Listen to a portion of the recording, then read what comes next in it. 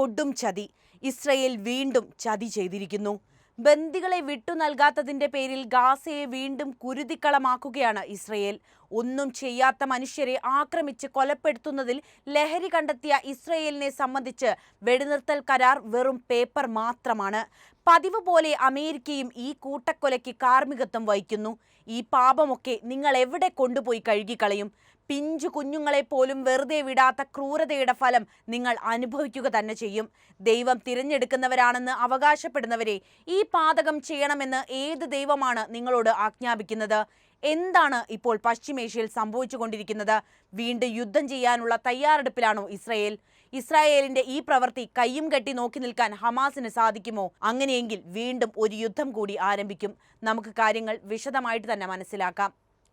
ജനുവരി 19 വെടിനിർത്തൽ നിലവിൽ വന്ന ശേഷം ഇസ്രയേൽ ഗാസയിൽ നടത്തുന്ന ഏറ്റവും രൂക്ഷമായ ആക്രമണമാണ് ചൊവ്വാഴ്ച പുലർച്ചെ ഉണ്ടായത്. യുഎസുമായി പൂർണ്ണമായും സഹകരിച്ചാണ് ആക്രമണമെന്ന് ഇസ്രയേൽ സർക്കാരിന്റെ വക്താവ് ഡേവിഡ് മെൻസർ പറഞ്ഞു കഴിഞ്ഞു. ഇസ്രയേലിന് നൽകുന്ന പിന്തുണയ്ക്ക് യുഎസ് പ്രസിഡന്റ് ഡൊണാൾഡ് ട്രംപിന് നന്ദി പറഞ്ഞെന്നും അദ്ദേഹം അറിയിച്ചു. ബന്ദികളുടെ മോചനം സാധ്യമാക്കാൻ ഇസ്രയേലിന്റെ പക്കൽ ആക്രമണം മാത്രമേ വഴിയുണ്ടായിരുന്നുവെന്ന് വിദേശകാര്യമന്ത്രി ഗിദയോൻ സർ പറഞ്ഞു. കീഴടങ്ങാൻ തങ്ങൾക്ക് മേൽ സമ്മർദ്ദം ചെലുത്താനുള്ള ശ്രമമാണിതെന്ന് ഹമാസ് പ്രതികരിച്ചു. ഹമാസിന്റെ പ്രത്യാക്രമണം ഉണ്ടായാൽ നാട്ടുകാരെ പാർപ്പിക്കാൻ ഇസ്രയേൽ ടെൽ അവീവിൽ അഭയകേന്ദ്രങ്ങളും ഒരുക്കിയിട്ടുണ്ട്. വ്യോമാക്രമണത്തിൽ ഹമാസിന്റെ രാഷ്ട്രീയകാര്യ ഓഫീസിലെ ഉന്നതൻ മുഹമ്മദ് അൽ ജമാസിനും കുടുംബാംഗങ്ങളും കൊല്ലപ്പെട്ടു. ഗാസയിലെ മറ്റൊരു സായുധ സംഘമായ ഇസ്ലാമിക് ജിഹാദിന്റെ വക്താവ് നജി അബു സൈഫും ഭാര്യയും മരിച്ചവരിൽ ഉൾപ്പെടുന്നവരാണ്. 15 മാസത്തിലേറെയായി നടന്ന യുദ്ധത്തിൽ ആശുപത്രി സംവിധാനങ്ങൾ ഭൂരിഭാഗവും തകർന്നതിനാൽ പരിക്കേറ്റവരെ ചികിത്സിക്കാൻ പ്രയാസം നേരിടുന്നുണ്ടെന്ന് ജീവകാരുണ്യ സംഘടനയായ റെഡ് ക്രോസ് പറയുന്നുണ്ട്. ഹമാസിന്റെ പക്കൽ ജീവനോടെ ശേഷിക്കുന്ന ഇസ്രയേലി ബന്ദികളെ അപകടത്തിലാക്കുന്ന നടപടിയാണ് പ്രധാനമന്ത്രി ബെഞ്ചമിൻ നെതന്യാഹുവിൻ്റേത് എന്ന് അവരുടെ കുടുംബാംഗങ്ങൾ കുറ്റപ്പെടുത്തി. ആക്രമണം നിർത്താനും അവർ അഭ്യർത്ഥിച്ചിട്ടുണ്ട്. യുഎസിന്റെ നേതൃത്വത്തിൽ ഈജിപ്തും ഖത്തറും ഇസ്രയേലും ഹമാസുമായി മാസങ്ങളോളം നടത്തിയ ചർച്ചയ്ക്കൊടുവിലാണ് വെടിനിർത്തലിന് ധാരണയായത്. 3 ഘട്ടമായി നടപ്പിലാക്കാൻ തീരുമാനിച്ച വെടിനിർത്തലിന്റെ ആദ്യഘട്ടത്തിൽ 38 ബന്ദികളെ ഹമാസ് മോചിപ്പിച്ചു. പകരമായി 2000-ഓളം ഫലസ്തീൻ തടവുകാരെ ഇസ്രയേൽ വിട്ടുകൊടുക്കുകയും ചെയ്തു. എന്നാൽ 1-ാം ഘട്ടത്തിനിടെ 2-ാം ഘട്ട വെടിനിർത്തലിന്റെ വ്യവസ്ഥകൾ ചർച്ച ചെയ്ത് ഉറപ്പിക്കണമെന്നായിരുന്നു ധാരണയെങ്കിലും അതുണ്ടായില്ല. ഈ ഘട്ടത്തിൽ ഗാസയിൽ നിന്ന് ഇസ്രയേൽ സൈന്യത്തെ പൂർണ്ണമായി പിൻവലിക്കണമെന്നായിരുന്നു വ്യവസ്ഥ. എന്നാൽ ഇതിന് തയ്യാറാകാത്ത ഇസ്രയേൽ 42 ദിവസത്തെ 1-ാം ഘട്ട വെടിനിർത്തൽ തുടരണമെന്ന് ആവശ്യപ്പെട്ടു. പക്ഷേ മുൻ ധാരണ പ്രകാരം ശാശ്വത വെടിനിർത്തലിനുള്ള ചർച്ച വേണമെന്ന് ഹമാസും നിലപാടെടുത്തു.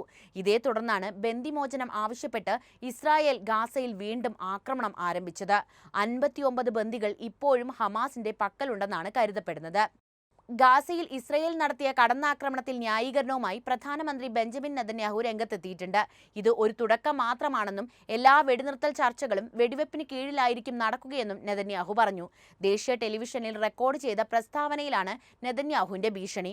ഇസ്രയേൽ എല്ലാ യുദ്ധലക്ഷ്യങ്ങളും സാക്ഷാത്കരിക്കുന്നതുവരെ മുന്നോട്ടു പോകും. ഹമാസിനെ തകർക്കുകയും മിലിറ്ററി ഗ്രൂപ്പ് പിടിച്ചുവച്ചിരിക്കുന്ന ബന്ദികളെ മോചിപ്പിക്കുകയും ചെയ്യും.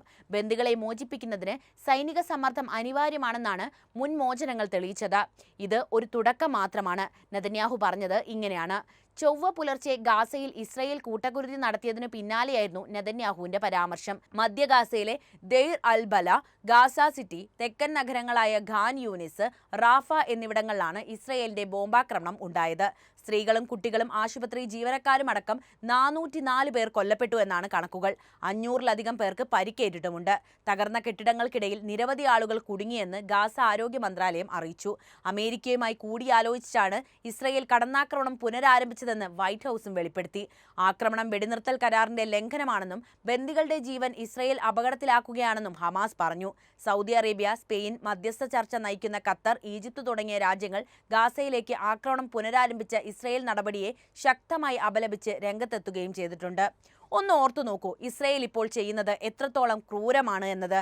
അമേരിക്ക എന്ന ശക്തി ഒപ്പമുണ്ട് എന്ന അഹങ്കാരമാണ് ഇസ്രയേലിന്റെ ബലം. സമാധാനത്തിലേക്ക് മിഴികൾ തുറന്നിട്ട് അധിക നാളായിട്ടില്ല ഗാസ. പക്ഷേ അപ്പോഴേക്കും വാക്കിനും പ്രവർത്തിക്കും നെറിയില്ലാത്ത ഇസ്രയേൽ വീണ്ടും ആക്രമണം അഴിച്ചുവിട്ടു.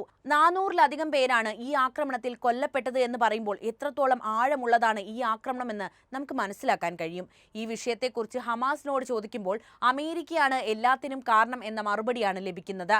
അമേരിക്ക ഇപ്പോൾ ഭരിക്കുന്ന ഡൊണാൾഡ് ട്രംപ് യുദ്ധത്തിനെ പിന്തുണയ്ക്കുന്ന വ്യക്തിയല്ല എന്ന് നമുക്കറിയാം. എന്നാൽ വർഷങ്ങളായി അമേരിക്കയോട് മാത്രം കൂറു പുലർത്തുന്ന വാലാട്ടിപ്പട്ടിയെ പോലെ നിൽക്കുന്ന ഇസ്രയേലിനെ തള്ളിക്കളയാൻ ഒരു ഭരണാധികാരിക്കും കഴിയില്ലല്ലോ. ട്രംപ് വന്നപ്പോഴും ഇത് തന്നെ സ്ഥിതി. 1.5 വർഷം നീണ്ടുനിന്ന ഇസ്രയേൽ ഹമാസ് സംഘർഷം ഒരു വെടിനിർത്തൽ കരാർ വരെ കൊണ്ടെത്തിക്കാൻ ട്രംപ് സമ്മർദ്ദം ചെലുത്തിയിട്ടുണ്ട്. അമേരിക്കൻ മുൻ പ്രസിഡന്റ് ജോ ബൈഡൻ നേരിട്ടിടപെട്ടാണ് വെടിനിർത്തൽ കരാർ പ്രാബല്യത്തിലെത്തിച്ചത്. അതും ഖത്തറിന്റെയും ഈജിപ്തിന്റെയും പൂർണ്ണ സഹകരണത്തോടെ. ബന്ദികളെ പരസ്പരം കൈമാറണമെന്നും മറ്റു ബുദ്ധിമുട്ടുകൾ ഉണ്ടാക്കരുതും എന്ന് വ്യവസ്ഥ ചെയ്താണ് കരാർ പ്രാബല്യത്തിൽ കൊണ്ടുവന്നത്.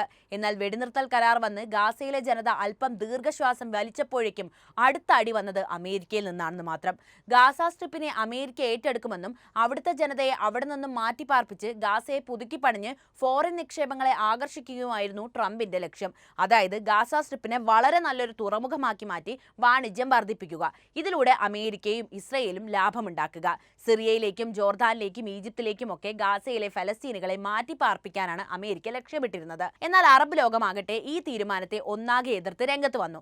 അടുത്ത കാലത്തെ അവരെ ആഫ്രിക്കൻ രാജ്യങ്ങളായി എടുത്തു പറയണം ദരിദ്ര രാജ്യങ്ങളായ സൊമാലിയ, സുഡാൻ എന്നീ രാജ്യങ്ങളിലേക്ക് മാറ്റാൻ ട്രംപും നെതന്യാഹുവും പദ്ധതിയിടുന്നു എന്നൊരു വാർത്തയും പുറത്തു വന്നിരുന്നു.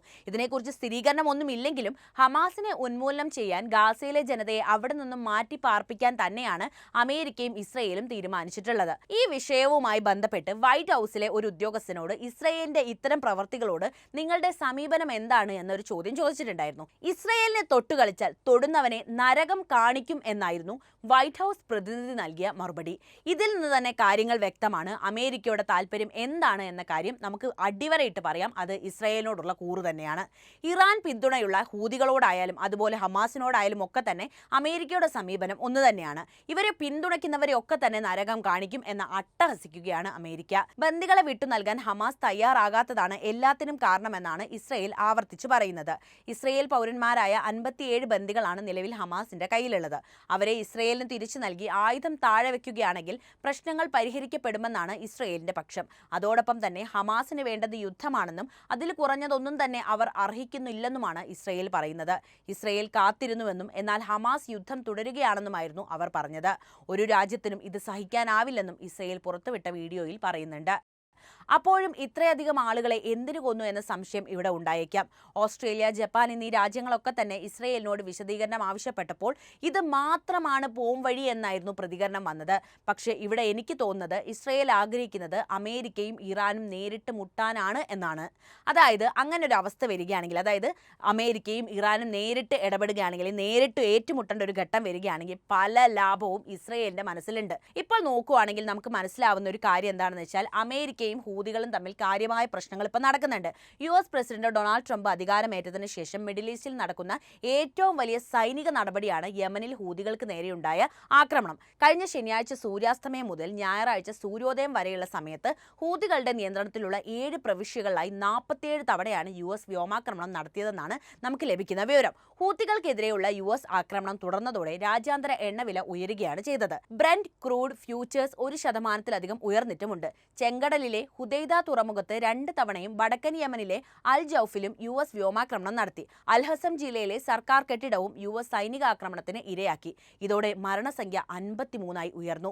5 കുട്ടികളും 2 സ്ത്രീകളും മരിച്ചവരിൽ ഉൾപ്പെടുന്നവരാണ്. കാര്യങ്ങളുടെ കിടപ്പോശി ഇങ്ങനെയൊക്കെ ആയത് ഇറാനെയും കാര്യമായി സമ്മർദ്ദത്തിലാക്കിയിട്ടുണ്ട് എന്നത് ഇവിടെ എടുത്തു പറയേണ്ട ഒരു കാര്യമാണ്. നമുക്കറിയാവുന്നതാണ് ഇറാനെ പിന്തുണയ്ക്കുന്ന പ്രധാന രാജ്യങ്ങളിലൊന്ന് ഏതാണ്? അത് റഷ്യയാണ്. വർഷങ്ങളായി അമേരിക്കയും റഷ്യയും തമ്മിൽ ശത്രുതാ മനോഭാവം തന്നെയാണ് ഉണ്ടായിരുന്നത്. എന്നാൽ കാര്യങ്ങളൊക്കെ മാറി മറിഞ്ഞു. റഷ്യ ഉക്രൈൻ യുദ്ധത്തിൽ കാര്യമായി ഇടപെടൽ നടത്തി ട്രംപ് റഷ്യയുടെ പ്രീതിക്ക് പാത്രമായി തുടങ്ങിയിട്ടുണ്ട്. റഷ്യ അല്ല ട്രംപിന്റെ ശത്രു ഇറാനാണെന്ന് ട്രംപ് തന്നെ തുറന്നു പറഞ്ഞതുമാണ്.